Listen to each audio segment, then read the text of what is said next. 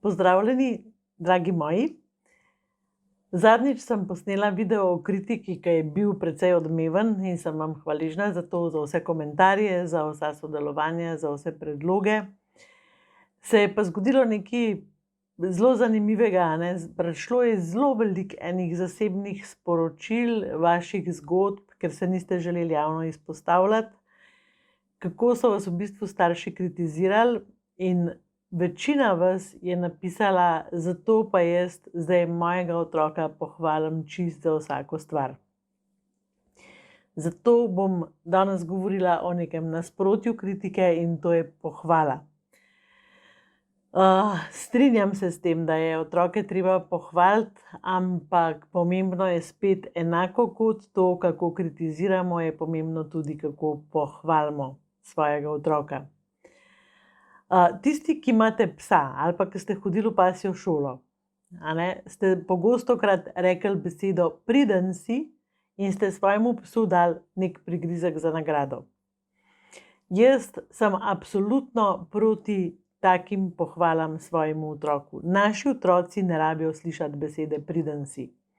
Poleg tega ne rabijo biti pohvaljeni za stvari, ki so samoumevne, da jih pač naredijo, zaradi tega, ker jih mi s tem učimo neke samostojnosti. To se pravi, obleči obleko, umivati zobe, to, kar se od otroka pač pričakuje. Ne rečete priden si, ker si umil zobe.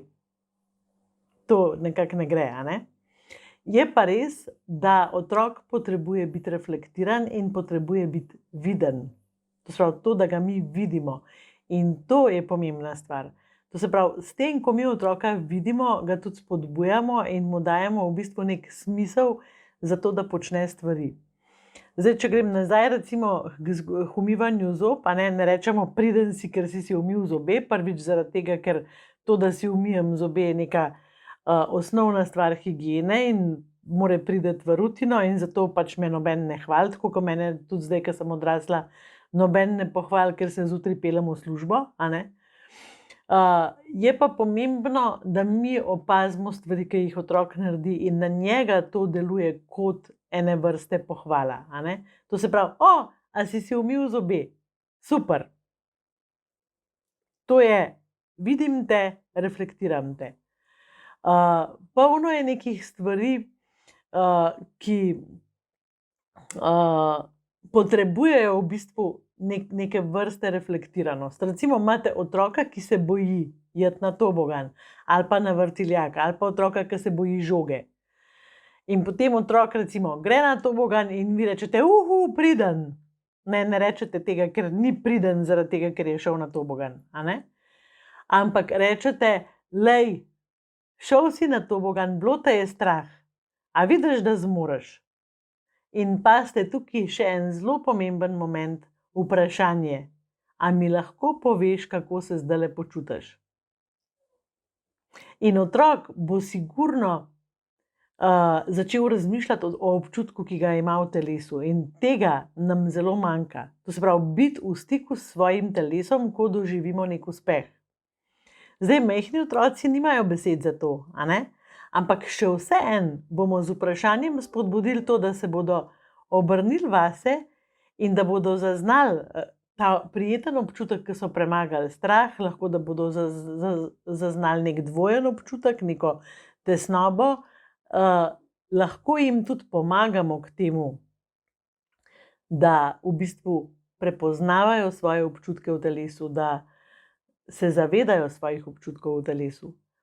Potem imate otroka, ki je recimo preveč nesamozavesten in rabi veliko spodbude, veliko pogovora z vami, noče se lotiti nečesa, ker se mu zdi pretežko, ker to jaz nikoli ne bom, to drugi znajo, jaz pa ne.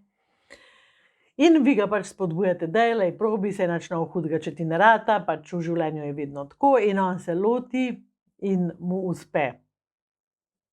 In spet vi ne rečete priden si, zaradi tega, ker je to nesmiselno, ker on ni vaš pes in vi nočete, da je otrok priden, ampak rečete, wow, a vidiš, vredno je bilo poskusiti, ratal ti je. In spet vprašanje, kako se zdajle počutiš.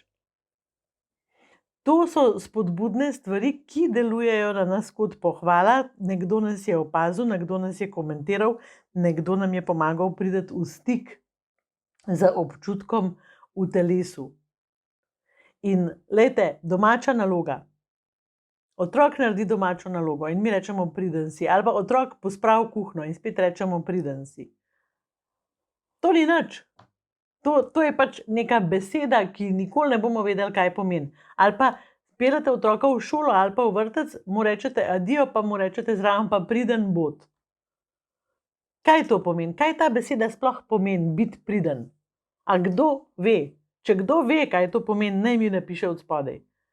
V mojem svetu je beseda priden bodi to, da se jaz podredim nekim nalogam, ki mi jih dajo drugi, nekim pričakovanjem, ki jih imajo drugi do mene, da se podredim nekim prepričanjem, ki jih imajo drugi okrog nečesa in to naredim. To pomeni v mojem svetu priden bodi. In ko se jaz podredim pričakovanjem drugih, v bistvu se ne naučim postaviti zase, ne zaznam v telesu občutka, da mi do nečesa ni, da tega pa ne bom naredila ali pa tega pa ne bom naredila na tak način. In ne znam si ustvariti mnenja o stvarih. To seveda ne pomeni, da si otrok lahko ustvari mnenje, ne vem, vi mu naročite pospravi posodo iz stroja. In pa njemu ni, pa pač reče, le jaz ne bom pospravil. Super je, če si to upa reči, ampak potem mu vi tudi lahko rečete, lej, dokler ne boš pospravil iz stroja, se ne bo zgodilo nekaj drugega. Ne rečete mu pa, priden si, pa nisi priden. Nisi bil priden, ker nisi pospravil stroja. Nisi pospravil stroja, to te še čaka.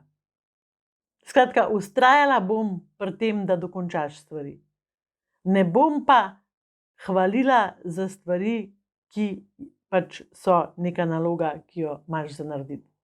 In potem otrok pospravi stroja in rečemo, super, pospravil si stroja, lej, je že mim. To je to.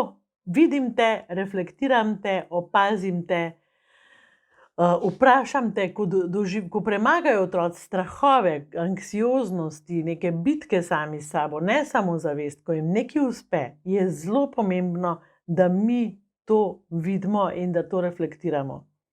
In zelo pomembno je, da takrat otroku rečemo, kako se počutiš, ali pa da ga vprašamo, a si zdajle ponosen nase.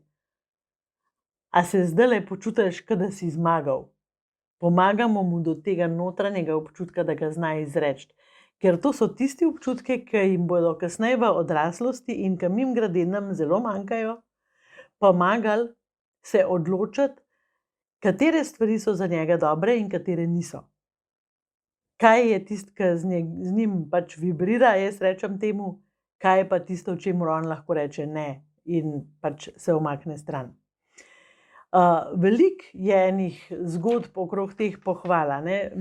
Zakaj imamo to prepričanje, da premalo hvalimo? Zaradi tega, ker verjetno smo bili sami premalo pohvaljeni.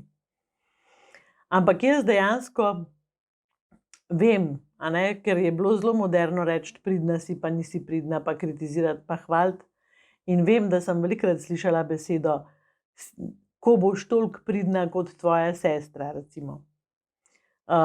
In ko boš toliko pridna, kot soseda. Skratka, lejte, primerjali so me z drugimi in zraven so mi še sporočili, da nisem pridna. In potem sem prišla domov in sem pisala slovenščino 5 in so rekli, pridna si. A čutite, kako je prazna ta beseda? To ni to. Slovenščino si pisala 5. A si ponosna? Bravo. Lej, uspel ti je, kaj si pa za to naredila? Učila si se, super, a vidiš? To je prineslo rezultate. To so tiste besede, ki dajejo občutek, da sem okej, taka kot sem. In ja, lejte, takšna pohvala, ki je v bistvu refleksija, ki je stik s sabo, stik z občutki, nam daje ta občutek samozavesti, nek občutek, da lahko premagamo neke težke stvari, kot so strah, občutek, da ne zmorem, izguba smisla, ki mi ni, da bi nekaj naredila, ampak vem, koliko bom zadovoljna, ko bom to naredila. Skratka, to so tisti stavki, ki nam dajejo v življenju neko spodbudo k samostojnosti in samozavesti.